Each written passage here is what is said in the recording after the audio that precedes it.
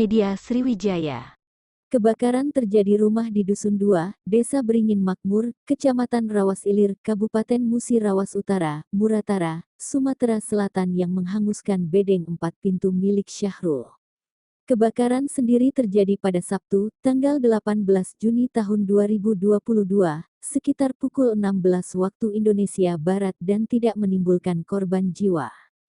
Hanya saja, seluruh harta benda yang ada di dalam rumah bedeng tersebut terbakar, bahkan uang tunai 250 juta rupiah ikut menjadi abu. Lebih kurang 15 menit kemudian api berhasil dipadamkan dan tidak menyambar ke bangunan rumah di sebelahnya, kata Kapolsek Rawas Ilir, Ibtu M. Abdul Karim. Rumah bedeng yang terbakar tersebut terdiri dari 1 warung manisan dan 3 rumah tinggal yang disewa oleh Yani, Rudi, Rahman dan Serli. Api pertama kali terlihat dari kamar Rudi yang sudah membumbung tinggi. Kerugian material akibat kebakaran tersebut diperkirakan lebih kurang 750 juta rupiah. Uang tunai milik Yani hasil berjualan juga hangus terbakar 250 juta rupiah. Diprediksi kerugian akibat kebakaran sekira 1 miliar rupiah.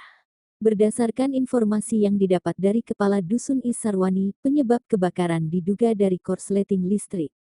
Wartawan Media Sriwijaya.com melaporkan.